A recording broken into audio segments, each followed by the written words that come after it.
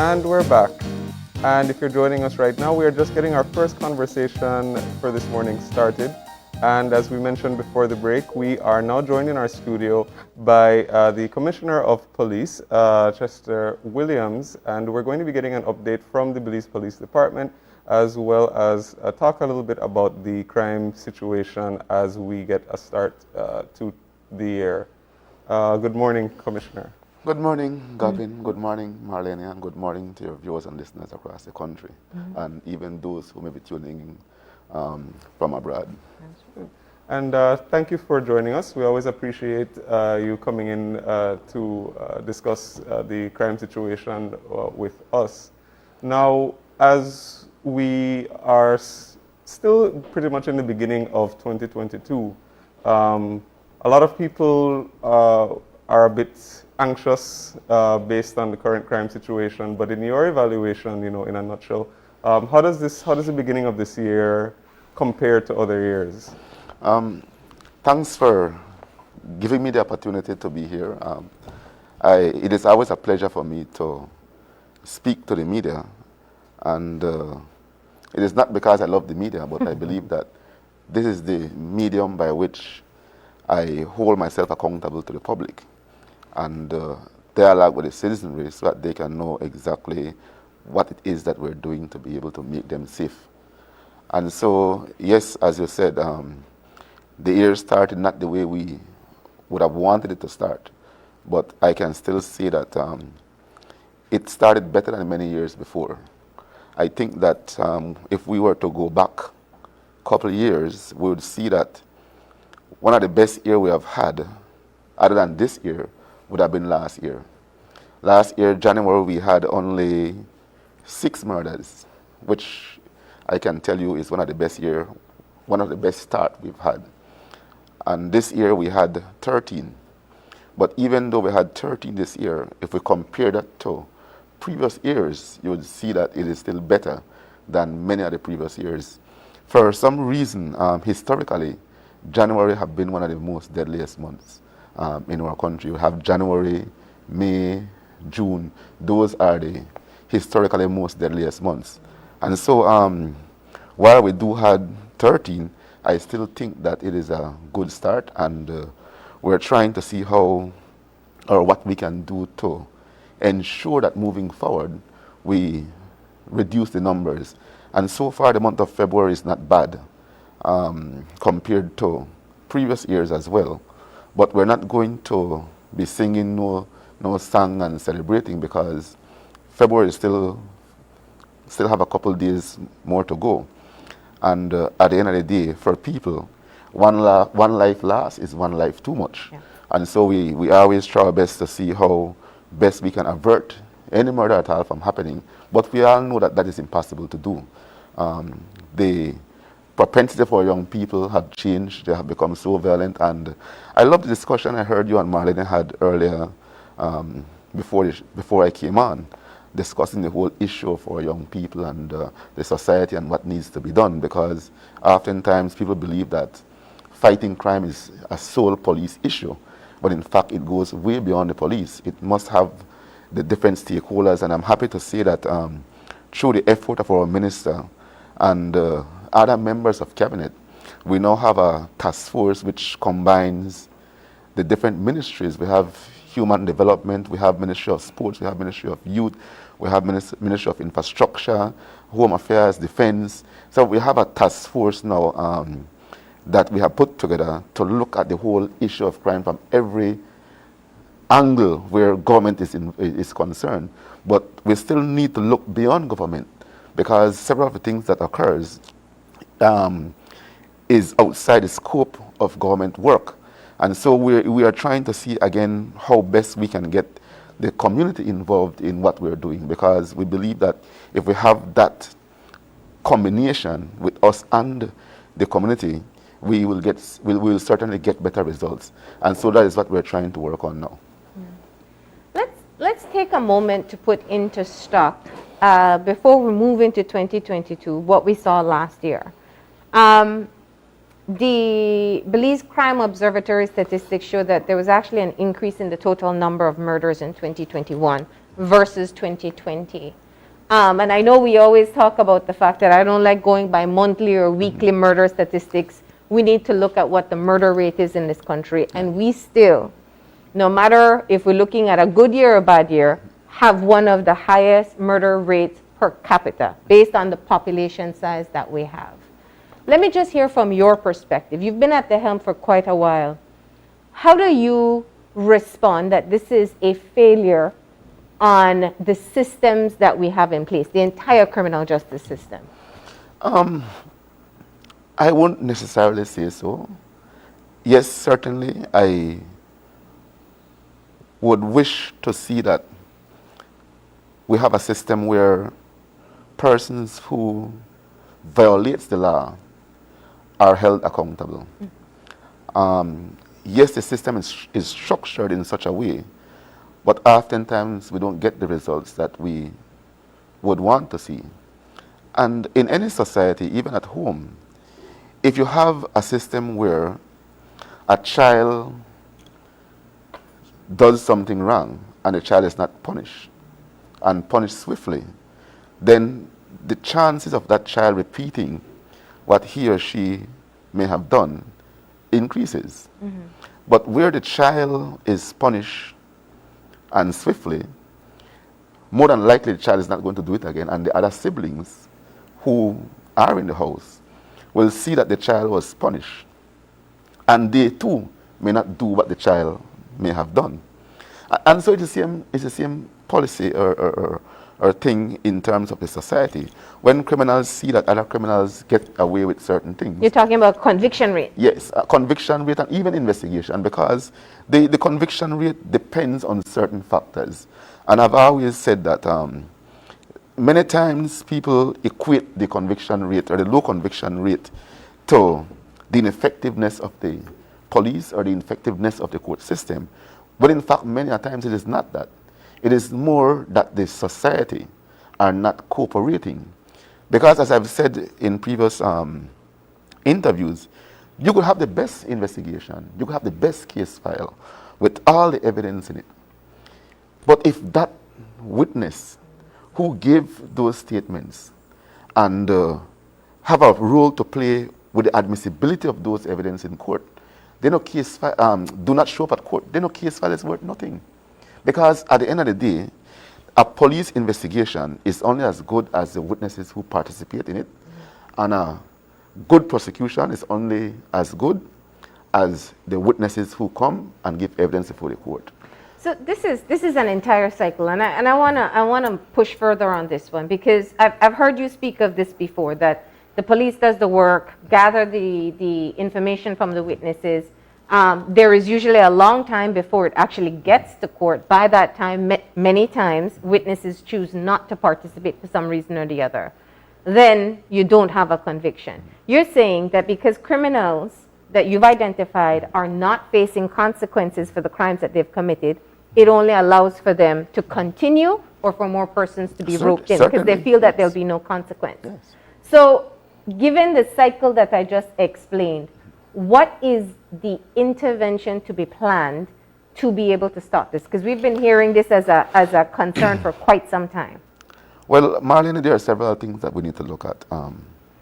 And most importantly, we have to be real and we have to be fair.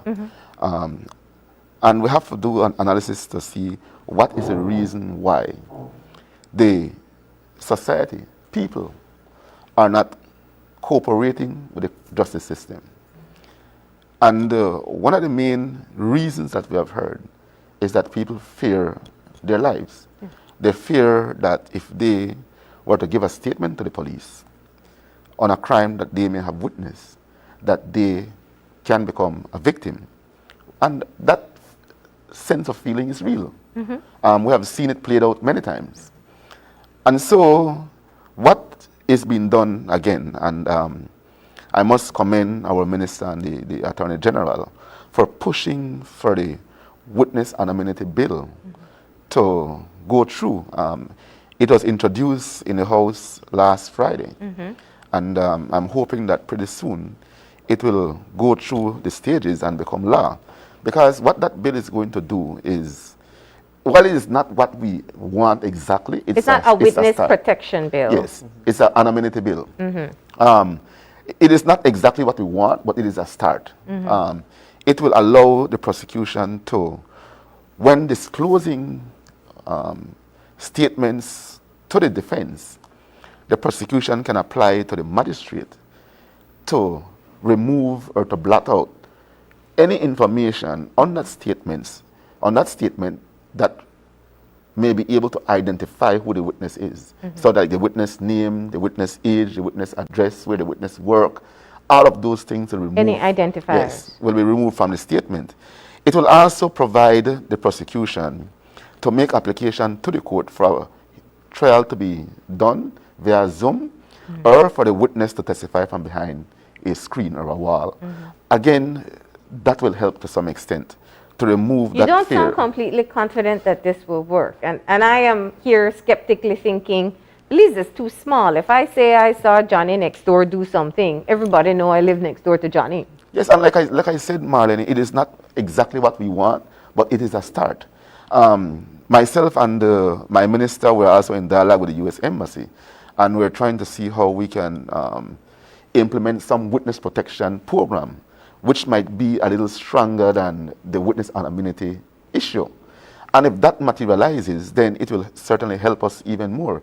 And what we're looking at is perhaps a witness village, where you create like a village, like a gated community. It is manned by police. Every person who is a witness in a major offense or crime, or who fear his or her life, can go at that witness village and stay there, and they're taken care of by the state. And we're asking the embassy to see if they can perhaps finance it for the first 2 years for us, because it will come at a cost. If you are a working person, you are no longer employed, you are in this area, you have to be taken care of along with your family. So if that were to materialize, it certainly will help.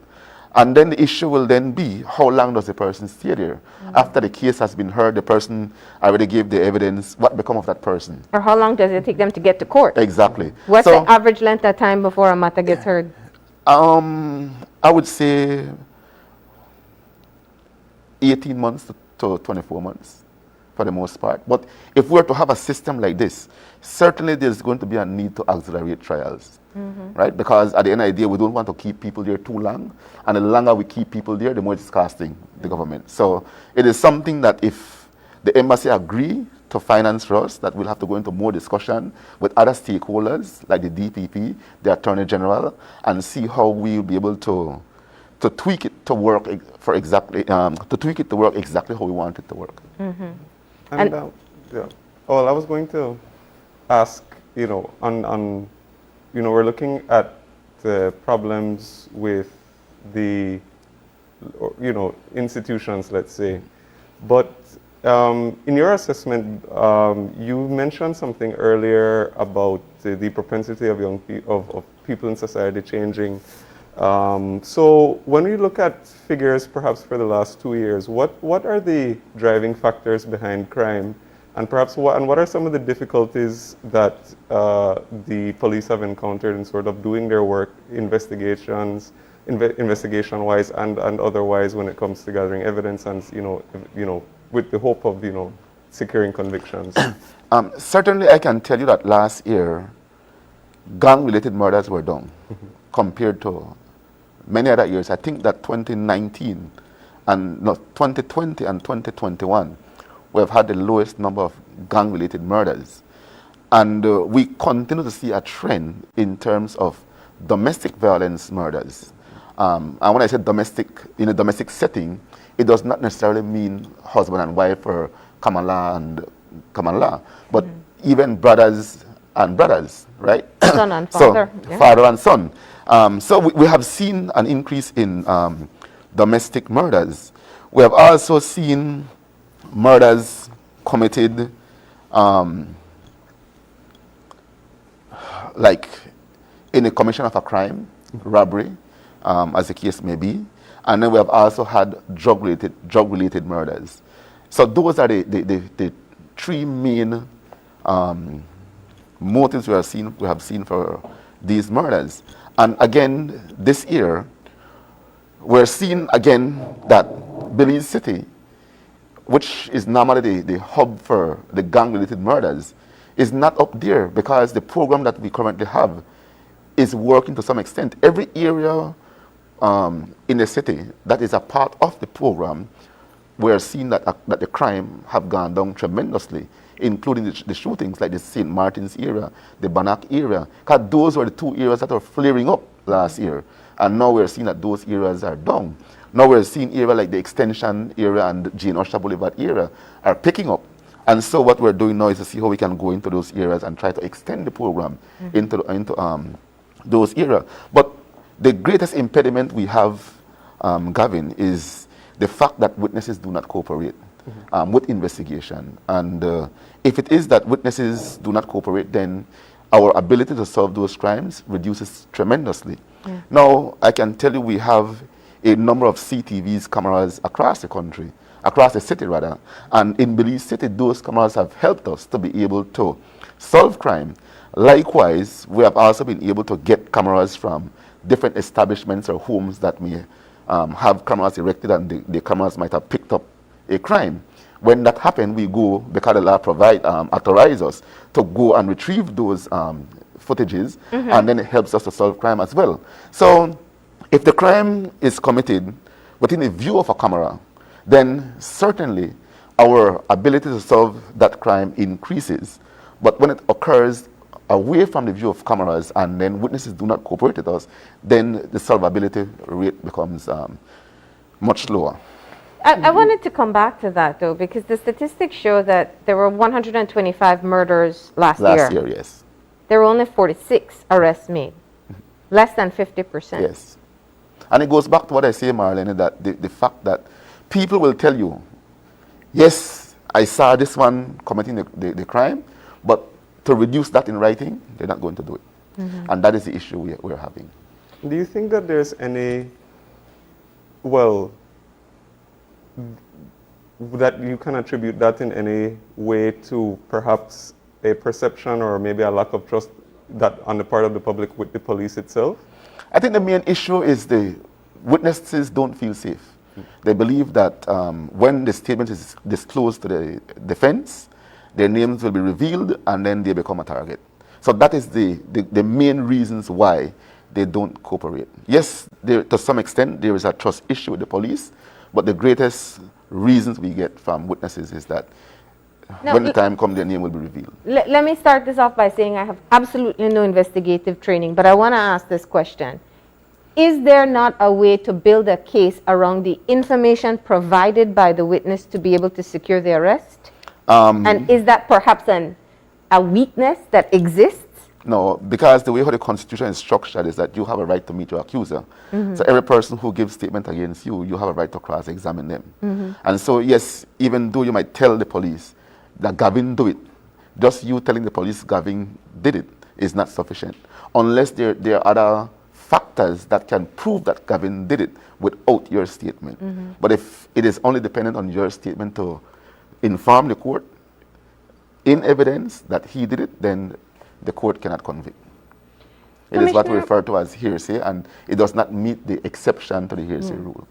Now, Commissioner, coming back to the issue that we've been talking about with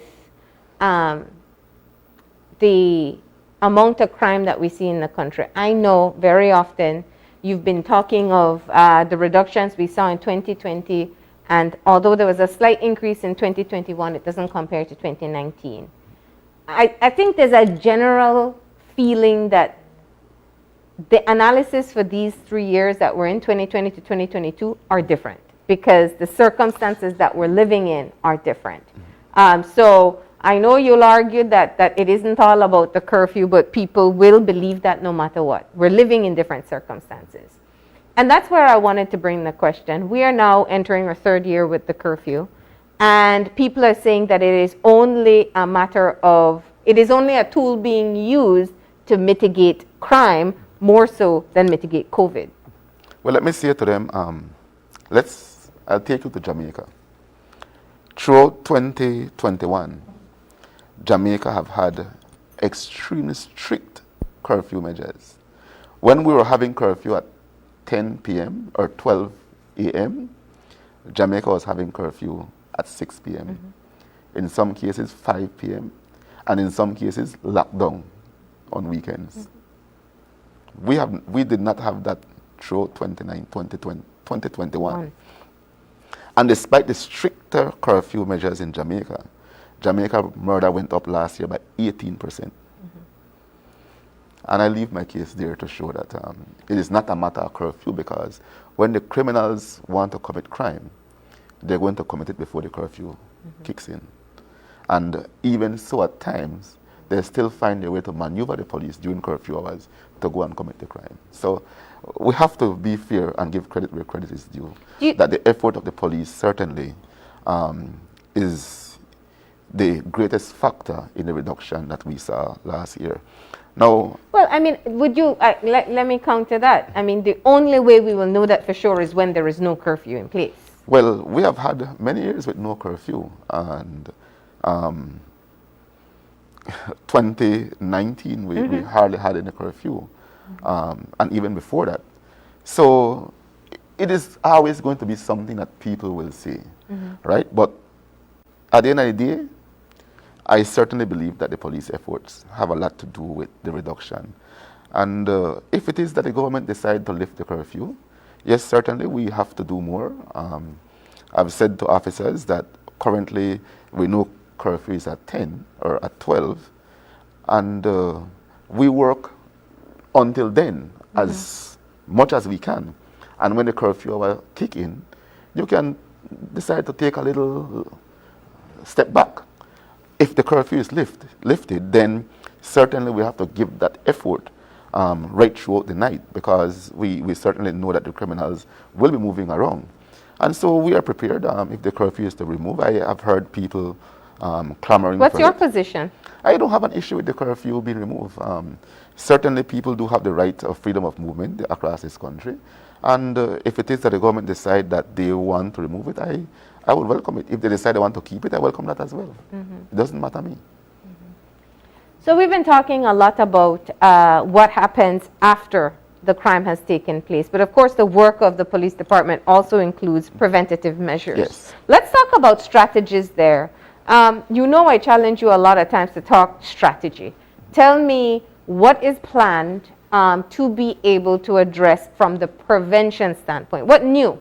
Because again, one of the greatest efforts we're pushing right now is, as I said before, the multi-agency approach that is being spearheaded by the Ministry of Home Affairs and the Ministry of Youth and Sports. And that multi-agency approach also have embedded in it an intervention aspect. And what the interventionists would do is to go out on the streets and talk to these young men and try to see what they can do to help them to overcome their issues. Also, a part of that strategy is to see how we can now incorporate sports. The fact that the country is opening to sports, we want to go back to do intervention through sports. And again, we're also looking at the at-risk youths, because as we discussed last week, we're focusing too much on those guys who are already a part of the problem. And we believe that our main focus should be now on the next generation to ensure that they do not become these guys when these guys decide to move on. And so we're now looking at programs for the younger generation, and we want to go back to the mentorship program that we had. You were a part of that. We are hoping to start that back again this year to see how we can bring the younger people in and find productive things for them to do. Likewise, we're also looking at entrepreneurship, training them to do a trade or something so that they can become self-sustenance. They don't have to go somewhere and look for a job. They can learn mechanic, perhaps electrical, perhaps crafting, different things that they can do to sustain themselves. And then we also have the issue from the police standpoint where We're trying to do more intelligence-led operations.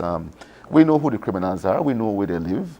The only issue is that sometimes people that you and I would not suspect are involved in hiding guns and hiding drugs for these people. And so that is where challenges comes in, because the known gangman or the known drug dealer will not keep the drugs or the gun at their home.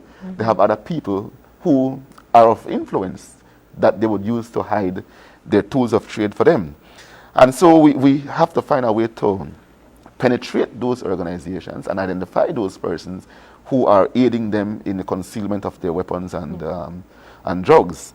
And then we have the preventative patrols that we do on a daily basis. And we try to do that again, targeted, looking at crime analysis to see where the hotspots are and ensure that we maintain our presence in those hotspots. Now, yes, we're not going to just focus on the hotspots and neglect the other areas. We still have to ensure that we cover the other areas, because if it is that we're too much in one area and the criminals do not find a chance to commit the crime there, then the balloon effect kicks in where they go elsewhere. Like the state of emergency. Exactly. Yeah. So we are trying our best not to go back to the state of emergency, but if there is a need to do it, then certainly we're going to do it.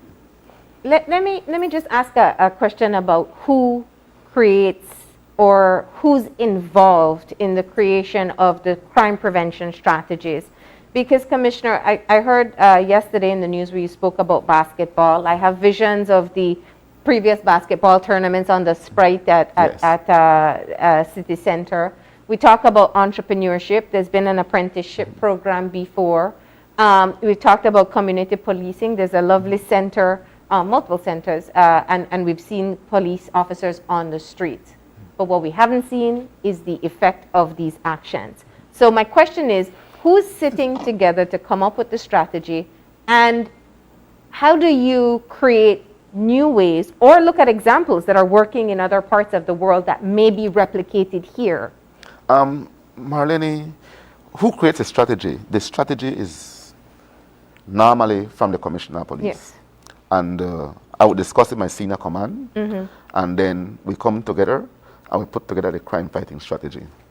And I can tell you that in so doing, we looked at other countries around us and across the world to see what they're doing. And what we're doing is in Belize is pretty much the same as what is being done in many countries across the world, because it is like replicating what they're doing. But the difference is the behavior of our people. If you were to go to, I just came from Colombia. Yes. I went to Costa Rica. I went to New Orleans. I went to Boston. I went to London. And pretty much what we are doing in Belize is what those countries are doing. But it doesn't work for us. Not the way we want to see the results. It does not work for us the way how we want to. Because? And it has a lot to do with the behavior of our people. Remember, at the end of the day, the police can only do so much. The police don't have the ability to be watching every citizen and regulate their behavior. And so having healthy discussions in the home with parents and children, with girlfriend and boyfriend, can be of tremendous help. Because everybody depends that or believe that the police must stop all crime. It cannot happen. Well, that's why I asked about who puts together the strategy, because from the outside looking in, and you can always correct me if I'm wrong, the Ministry of Human Development has a stake, because some of these children are going out or they're being recruited because they don't have visible or present parents, or they're not going to school. Ministry of Education with truancy is another. There's some schools that can't get their full group of students back to school. Ministry of Health with mental health issues that children may be facing after seeing loved one after loved one after loved one die in front of them on a regular basis.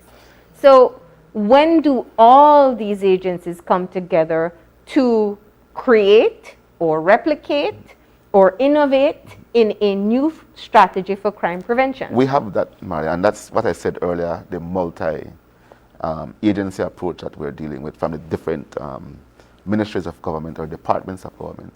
And we have also put together a strategy for that encompasses all that you have just spoken about. And that is what we're doing in Belize City now. We have started in Belize City, and we're hoping that it can be expanded across the country. But the fact that Belize City was the main area where we had these issues, we started here. And that came about after the elections in 2020. I had a dialogue with Mr. Kevin Cadle, who is the director of the Youth. And we asked our ministers to dialogue with the other ministers, and they were willing to come on board. And I listened to an interview you had with the Prime Minister right on the show when you were discussing the whole issue of crime and what is going to be done. And he explained that strategy on this show. And you asked him why no, and he asked you why not no. And you spoke about the whole issue of the financing, because it do come with a cost. And I can tell you that the Prime Minister, who is the Minister of Finance, have disbursed the first amount of money for that program, and that's the reason why we have started the program in Belize City. But it do encapsulates all that you mentioned just a while ago.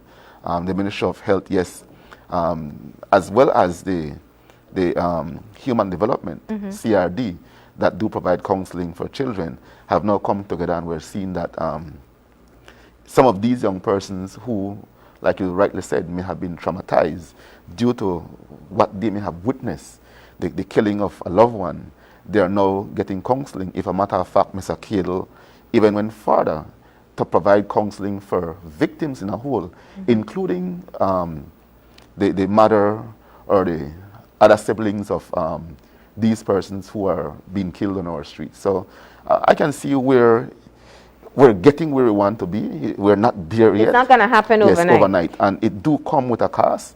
And we have to understand the financial constraint the government is operating under. But despite that, the Prime Minister have committed that he is going to find the money, and he has been putting the money where his mouth is. Well, you just submitted your budget. Do you imagine that your entire budget request will be approved? Because we've all talked about how important crime is to all of us. I certainly wish that it would be approved. And again, in our budget submission for this year, we have included another recruit squad, because we have seen where we recruited last year, 220 officers. And from then to now, we have lost about two-thirds of that. The new recruits? Yes. Well, not the recruit themselves, but numbers. Okay. That would be equivalent to two-thirds of those officers who graduated. So, as much as we try... Not the new graduates, but from the force. Yes, yeah. And they left because? Attrition, we dismissed some resigned, some retired, some go off medically, some died. So the attrition rate is extremely high. And so it is necessary that we have another recruit squad to bring our numbers back up. In 2016, the department strength was 2,400, and now our strength is 2,200. So we're seeing that our society is growing, the demand for police is increasing, but yet our numbers is going down. So we need to bring our numbers back up. How many officers were dismissed last year for dismissed from the force? Last year we dismissed about 60 police officers through dismissals. And then we have a number of them who resigned. We have a number of them who retired.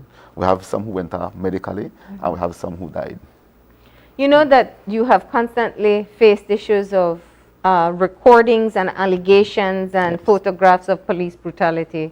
Have you been able to,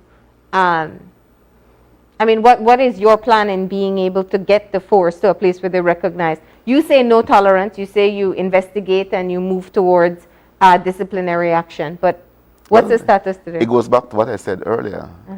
I look at the police department as a house. And if it is that there is an infraction by a member and we don't take swift actions, then the chance for other police officers to do the same increases. So what we have been doing is to deal swiftly with those officers who violate our standing orders or our procedures. And once that is done, then the rest get the message. We have seen a tremendous decrease in allegations against police across the country. And more so, police brutality, we have seen it gone down tremendously. And it has a lot to do with the fact that we're holding officers accountable. Now, before we run out of time completely, I want to shift for a bit. You did mention it earlier where domestic violence, domestic in the case that it is a household, a family, has been a prevalent issue in the country as well, leading to major crimes and even murder. But of course, the one that came under the most scrutiny was the one that involved Honorable Patrick Fabre, and you took a very stern stance on moving forward with the allegation that was made. Looking back at it now, do you still feel that you made the right decision? Certainly, yes.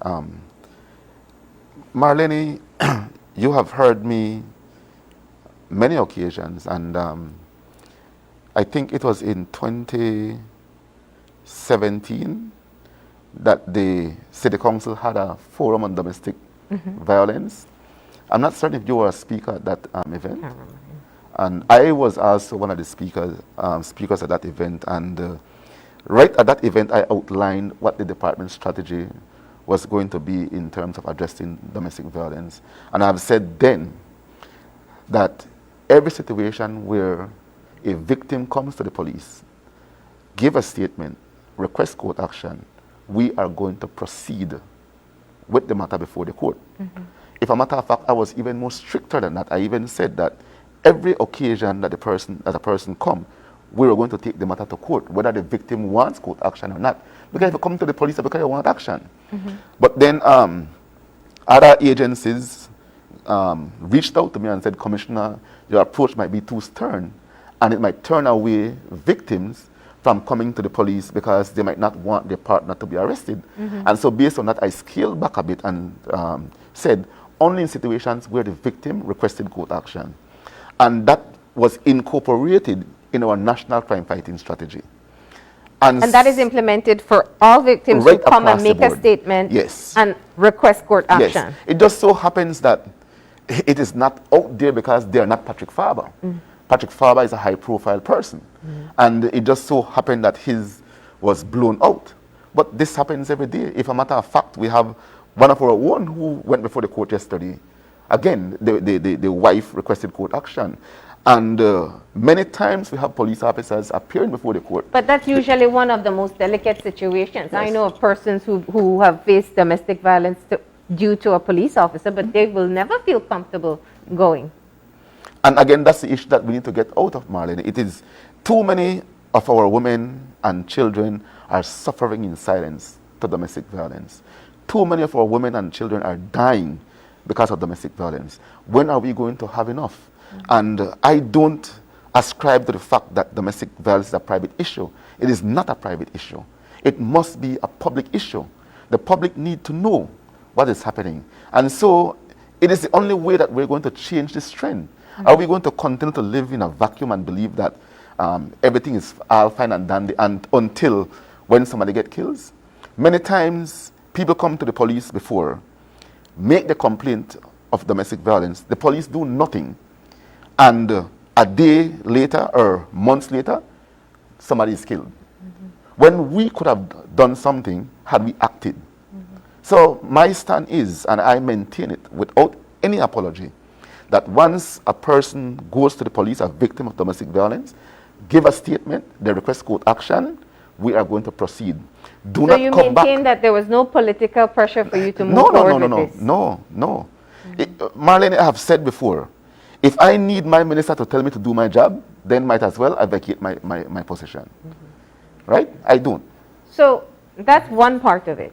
But there was a part where the police department did in fact commit a very serious offense. And that was the leaking of the statement and the private information. Well, what was done as a result of that? I wouldn't say they commit an offense.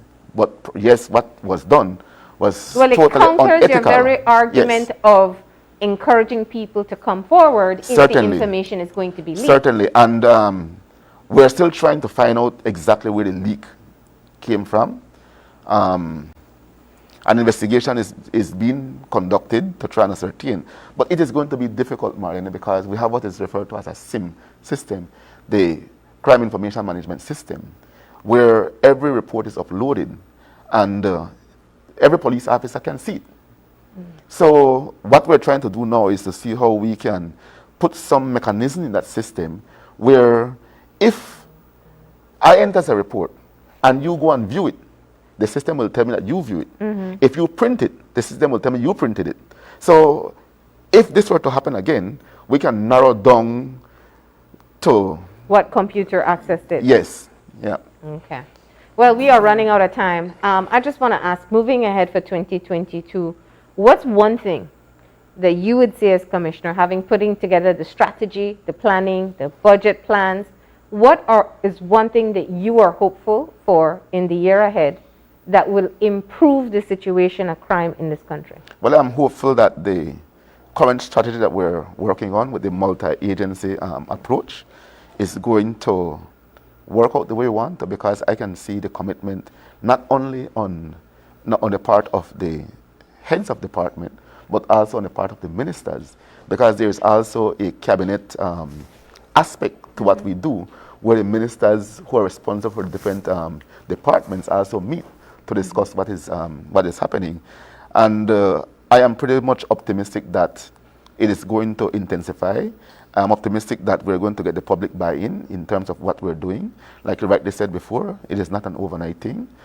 Certainly, there's a need for us to accelerate certain aspect of it, and that is what we're trying to do.